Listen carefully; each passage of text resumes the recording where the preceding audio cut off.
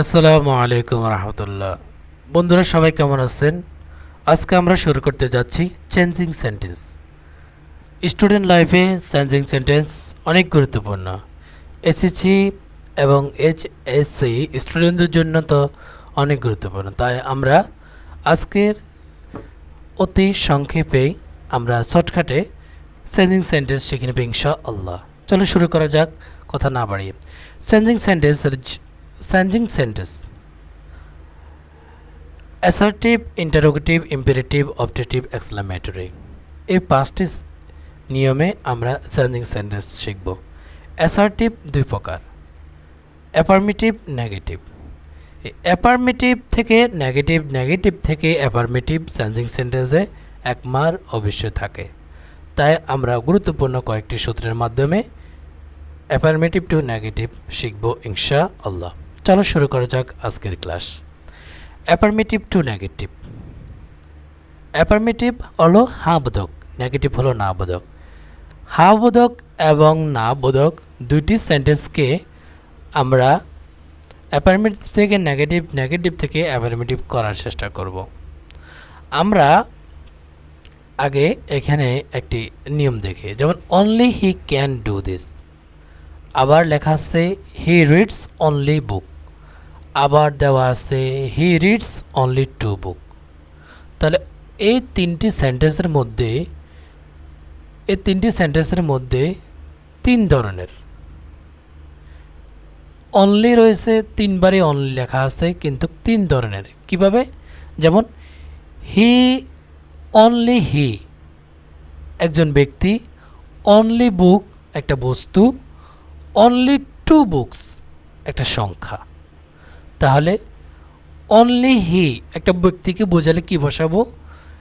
Only বা alone দ্বারা ব্যক্তিকে বোঝালে নন বাট বসে। তাহলে প্রথম বাক্যটা আমরা নেগেটিভ করি, অনলি থাকলে নন বাট। তাহলে none but he can do this. None but only এর পরিবর্তে নন বাট, আর হি ক্যান ডু দিস যে ভাষা এভাবে আমরা লিখে দেব। ওকে, চলো। তার পরবর্তীতে রয়েছে নট মোর দেন। কিসের ক্ষেত্রে? সংখ্যা বোঝালে নট মোর দেন। তাহলে আমাদের এই তিনটা সেন্টেন্সের মধ্যে লাস্টের এই সেন্টেন্সের মধ্যে টু রয়েছে, আর টু হলো একটা সংখ্যা, সেহেতু আমরা এই অনলি এর পরিবর্তে নন বাট বসাবো, নাকি নট মোর দেন বসাবো, না নাথিং বাট বসাবো, এটা চিন্তা করতে হবে। তাহলে আমরা জানি সংখ্যা বোঝালে নট মোর দেন বসে। তাহলে he reads not more than two books. Okay, তার পরবর্তীতে আছে বস্তু বোঝালে nothing but.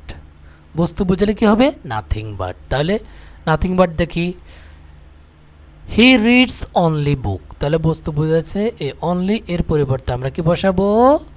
Nothing but. Nothing বসানো আছে, এখানে বাট শব্দটি বসানো হয়নি, মিস্টেক হয়ে গেছে।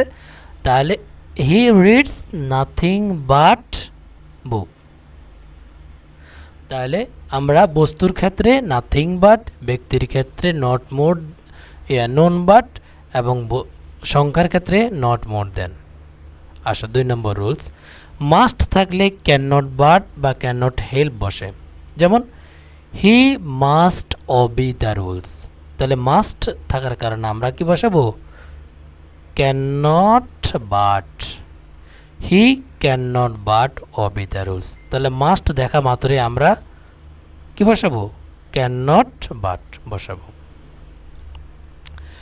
তার পরবর্তীতে আছে 3 নম্বর রুলস। এভরি থাকলে there is no dot dot but বসবে। তার মানে হলো এভরি দেখা মাত্রই আমরা দেয়ার ইজ নো বসাবো, তার পরবর্তীতে ডট ডট বাট মানে হলো ডট ডটের মধ্যে পরবর্তী শব্দটি বসাবো মাদার, তার পরবর্তীতে আমরা কি করব? বাকি অংশ বসায় দেব। ওকে, তো there is no mother but, but বসাবো, তারপরে বাকি অংশ। তাহলে সে এভরি থাকলে there is no dot dot but. 4 number, always থাকলে নেভার আর অ্যাডজেক্টিভ এর বিপরীত বসে।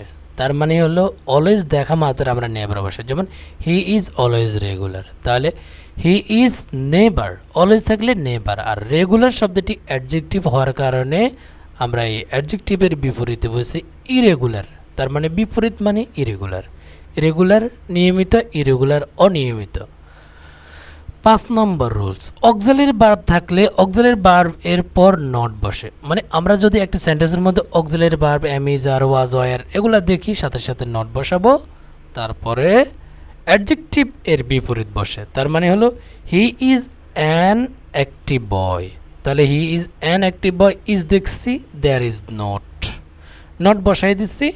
আর অ্যান অ্যাক্টিভের জায়গায় কি বলছে, অ্যাডজেক্টিভ হলে বিপরীত, তার মানে ইনঅ্যাক্টিভ বয়, যে বাসে আছে এভাবে। তাহলে আজকে আমরা শিখলাম চেঞ্জিং সেন্টেন্স এর অ্যাফার্মেটিভ টু নেগেটিভ। অ্যাফার্মেটিভ থেকে নেগেটিভ করার জন্য আমাদের আসে এই 5টা রুলস। আমরা যদি ভালো করে পড়তে পারি তাহলে আমাদের জন্য আর অ্যাফার্মেটিভ টু নেগেটিভ পড়ার দরকার হবে না ইনশাআল্লাহ। No more today, see you again. আসসালামু আলাইকুম ওয়া রাহমাতুল্লাহ।